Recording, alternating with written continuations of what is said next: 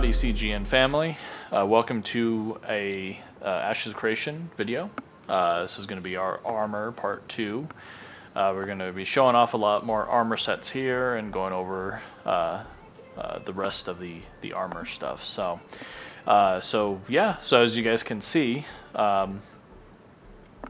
we have our, I think this would be Kalar, probably, just the looks of it.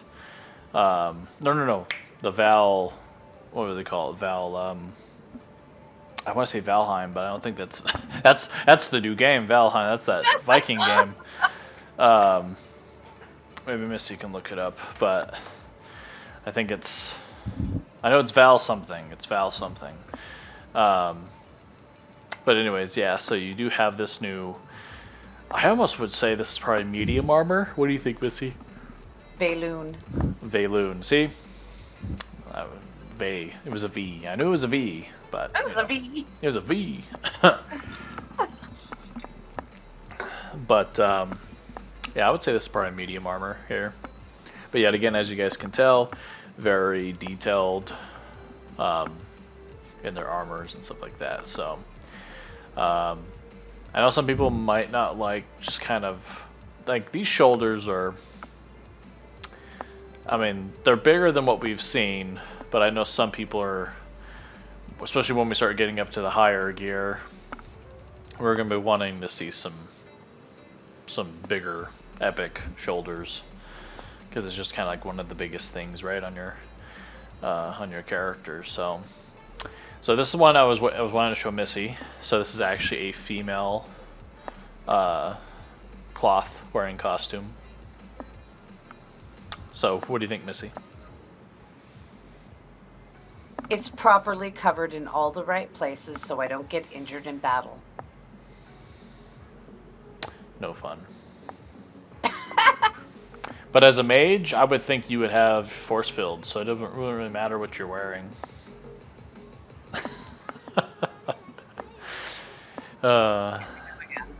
Right. But very detailed. Everything seems, I mean, accessories, the little drapes, the little like things hanging off those drapes, like it's very, you know, like I said. Oh, even the sandals. You see the actual sandals? Yep. Yeah. And this is kind of, I would almost kind of think almost like the male version of what we just saw, but it's a little bit different. So I definitely do like the gauntlets here. Those are pretty cool. Bulky. You kind of got like the Nazgul thing going on with no face in there though. So, all right. So Missy's going to take it away with appearance. All right, now I get to say this part. Woot. So, appearance. Gear is intended to be realistic in appearance. There will not be oversized weapons, and armor will not be overly sexual in appearance. Jeffrey Bard says we're going for kind of a more realistic look. Not necessarily realistic setting, but we want our characters to have weight and kind of feel like they're there. Steven says, I'm more of the mind that it wouldn't really serve a purpose to have bikini plate armor. Just in, like, reality, if you're going to have armor, it should be protective. I think from a fashion statement is enjoyable for some people, but it's a kind of an immersive issue. This is a game, it's not reality. Like you said, the setting isn't realistic, but he wants realistic look. And I agree. The sexualized armor will come in time though. If not, it'll already be in game. But they'll have to. You're working with nerds here. Yeah, you know what you get? You get pretty dresses that don't necessarily have 3 pieces of cloth. Or 2 pieces. Yep. Moving along. Armor will take on a racial appearance. Cosmetics can be used by all races, but there may be slight variations to make them work with the body builds of each race. Players can change gear colors using dyes. Helmet display can be toggled on and off. Hair will likely be masked if helmet display is toggled on. Particle effects are used to denote the importance and rarity of some weapons. Weapons are able to be sheathed. Crafters are able to influence what the crafted items will look like. So appearance slots and transmogs. Gears will have appearance slots, transmutation, transmog cosmetic slots, that are used to copy the appearance of an item in some cases. There are rules when applying cosmetics to specific items, unlike costumes, which don't have level restrictions. Cosmetic slots can be toggled on or off by the player. A default player appearance may be automatically applied during sieges or other large-scale battles to improve client-side performance. Attachments. Attachments are able to be unlocked as flare pieces to armor to create a customizable look. There will be hundreds of attachments available, ranging from a small clasp to the front plate of a breastplate. That's pretty cool. Yeah. And there's some images of them, like I said. Website doesn't really bring them up like all that well, but yeah, like this little mask. Maybe this little. I'll bring this up here real quick. So I guess this would be kind of a an example, kind of like the moon. Yeah, this will be like a little attachment. What do you think of that, Missy? It looks very mage, like a mage headpiece. Right. I think I've seen that before in WoW. Yeah, I was gonna say I have a lot of them that I never wear. Right. All right, dyeable items, Missy. All right. So dyeable items. Dyes only affect tagged portions of dyeable armor or cosmetic items. The dyeability of costumes depends on the specific costume. Outside of wanting to keep maybe some identity from a lore perspective, for example, if you have like a white lion suit of armor, you may not want that white lion suit of armor to be black or blue, so it's possible. It depends on the costume itself. So backer only armor skin. All Kickstarter backers receive a unique armor skin set. Modular armor. Matt Brome says, your base look for the character can be pretty boring, but what Steven gave us a challenge with from day one was to make sure even the base look, the t-shirt and pants, looked amazing. This is your zero character, if you will. Then you can go in and customize everything from the shoulder pads to the elbow pads, the belt that goes around them. Do you want dual belts? Do you want dual belts? You want to harness the clothes in the front. So every piece you see on here, you can actually customize that at the front end. So what we do is we scale that up from 0, 10, and 20. We scale it up and we customize it. And then I want to really stress that each one of those looks as you progress is different. We're not just repurposing the same armor pieces. We're making unique sets that complement each other as you progress. So cosmetic store. The cosmetic store enables players to purchase cosmetics for use in Ashes. The cosmetic store offers limited time, limited quantity items to help sustain game development. Equitable cosmetics, both from a quantity and quality standpoint, are achievable through in-game means. Nothing in the cosmetic store will be pay to win. Nothing in our shop will ever be pay to win, as we believe this practice greatly hurts the MMORPG genre. Cash Shop Cosmetics will offer a diverse selection of unique looks. Steven says, I want to incentivize purchase in the cosmetic shop for sustainability of what expansions we have intended. Since we are not a box cost, I want to incentivize purchase by offering limited items, limited time, limited quantity, so you have confidence that when you purchase the item, they won't be offered later on in some other way. All cosmetic store items will be non-tradable. There will be no gifting mechanism for cosmetic items. I don't want cosmetic items that can be purchased from the market to be transferable, because it is in a way a transfer of money for potentially something in-game. Also, cosmetic items are also going to be one per character. So they will not be account bound. So the set that you got, Missy, will be for one character. That's okay. I'm okay with that. So I think they're still talking about like unlocking, like you would set them to that character, but then you might be able to like take them from that character, put them on another character. But like you said, that's what they're wanting to emphasize alts and alt progression and stuff like that. So Let's say I want to be a fighter. I don't think that mage witchy costume I'm ever going to want on a fighter. Why not? Cause you want to fight with shrooms? No. stupid. Alright, so gear sets. Gear sets, also known as tier sets, are part of Ashes of Creation. Different tiers of gear are accessible based on a character's level. Players gain bonuses depending on the number of pieces on that set they've equipped. An overarching set effect is granted to wearers of exclusively one type of armor, for example, all cloth or all plate. Certain set bonuses may trade off core gear stats. There may be set bonuses that members of certain communities will obtain based on their gear set type. There are passive abilities that can be chosen to become more adept with certain set types. There will be viable non-set builds. Racial appearances of gear sets is tied to the character model of that race. Best in slot armor, as we said before. Best in slot weapons and armor is based on a character's role and the type of monster they are facing. So this one's new. So you do have Mana Forged armor sets will be achievable in the Ashes of Creation MMO. They also appeared to be variants of an Apocalypse. So I did get these. So pull them up here. So this is Mana Forged armor. So you could see.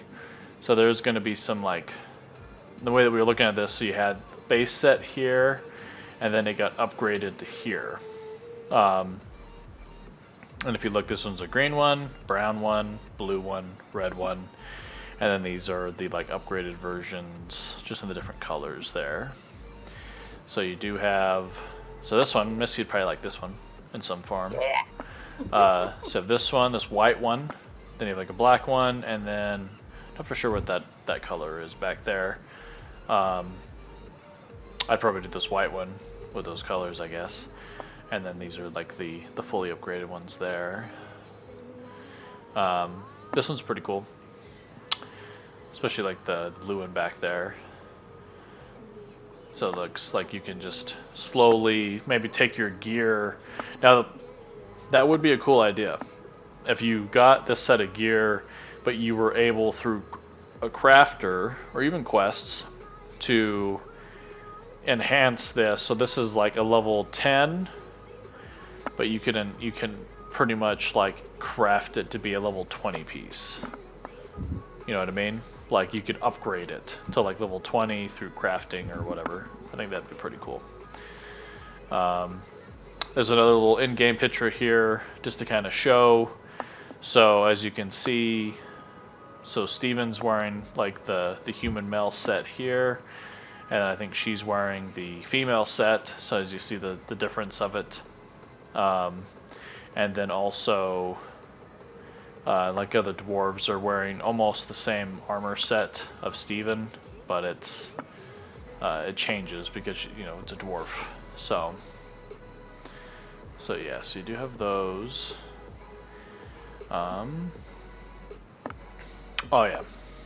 And then, so that was the Mage Forged armor that we just took a look at. And then the Regalia of the Iron Lion. So you do have this set right here. So this is pretty cool. Like I said, very detailed in the plate sets. I like as you see, the shoulder pads are getting bigger and bulkier. And the blue one, kind of a black one. So you definitely have those different ones, and this is what I was saying right here. So this is a human wearing it versus a dwarf. So there is actually, with that head, I think this is probably going to be an elf. I think it's probably an elf wearing that. And then this is the dwarf, so the headpiece. So it looks a little bit of the same color wise, but then it's going to look different. Like the metal piece of the elf is definitely going to look different than the metal piece of the dwarf. So yeah. So the Regalia of the Iron Lion, so there's a little back history here. So the Iron Line is a fairly new order, one formed out of a desire to control the unknowable.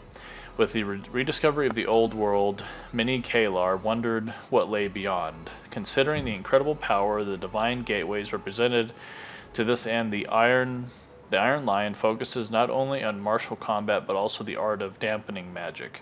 Without such knowledge, establishing a foothold may be all but impossible.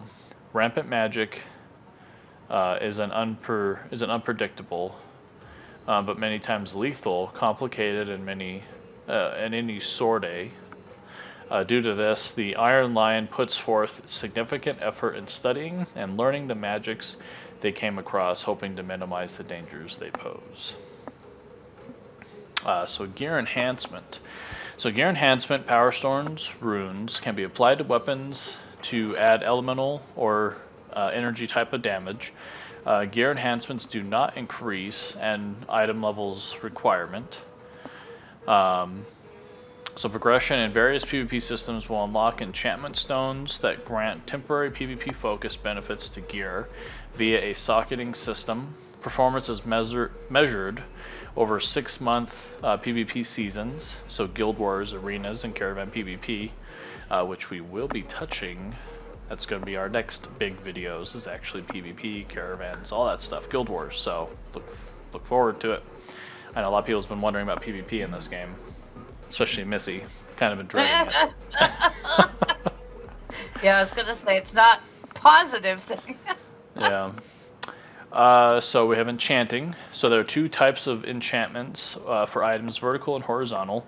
Vertical enchantments are a power progression for a crafted item. More damage or more mitigations, added side effects or bonuses. Vertical enchantments includes risks. There isn't RNG in crafting, but there may be a small amount of RNG in enchanting. Over-enchanting items comes with a potential risk that the item decays or is destroyed if a safety margin is exceeded. The system is subject to testing. So to me, Final Fantasy XIV doesn't go this far with destroying the gear, but you'll have 3 guaranteed materia slots, but then you'll have like 2 bonus ones, but you go from 100% chance to like a 30% chance of it succeeding. So you can just be burning materia until it finally goes through, and then your last one's like a 5% chance. So that could take forever, and materia at least used to be really expensive, but it hasn't been expensive for quite some time, since it drops everywhere. So horizontal enchantments are more situational. For example, I like my sword to do force damage instead of holy damage because the monster I tend to fight are incorporeal. This doesn't make the item more powerful, but instead more applicable to different situations and less to others. This type of enchanting assumes no risk, just time and effort. So it's pretty cool. Like I said, you're really going to have to judge what you're fighting. You're going to have to really prep yourself for your next adventure before you leave that town. You know, you have to know what you're going into before you get there. You know, well, hopefully knowing what you're getting into. So enchanting services are sold at player stalls. Enchanting does not increase an item's level requirement. So switching gear. So weapon swapping in Ashes of Creation MMORPG will be subject to a cooldown period following any damage done or taken by the player. The cooldown will be in the range of a few seconds. It says players cannot switch armor while in combat. You All took right. mine. Oh. Well, you go, Missy. Take trading gear and legendary items. I was ready to go, and then you start. I'm like, okay then. Silly. All There you right, go. trading gear. There will be player-to-player trading in Ashes of Creation. Question: will Ashes of Creation have player-to-player trading? Will there be anything stopping me from gifting a friend that's fresh to the game a bunch of in-game money to help get them on their feet quickly? Steven says there won't be anything to stop you from doing that.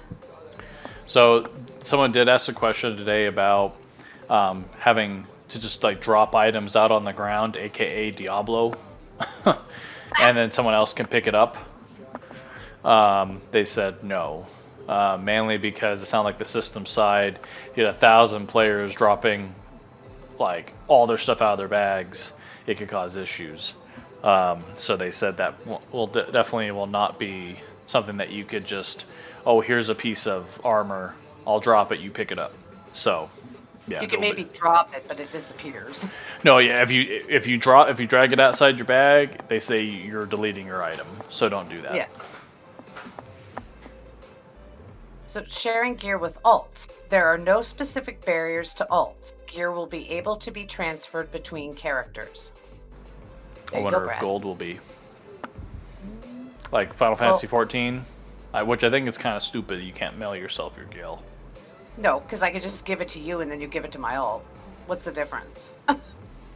Me not being around, you could just mail it to yourself. Yeah, exactly. Or anybody. I could give it to anybody in our FC, right? And they would just give it to me. So I don't know why you can't just mail it to yourself. Yeah, I don't know. Legendary items. There is a small RNG chance of looting rare and legendary items or crafting materials from mobs based on the level, status, and type of mob.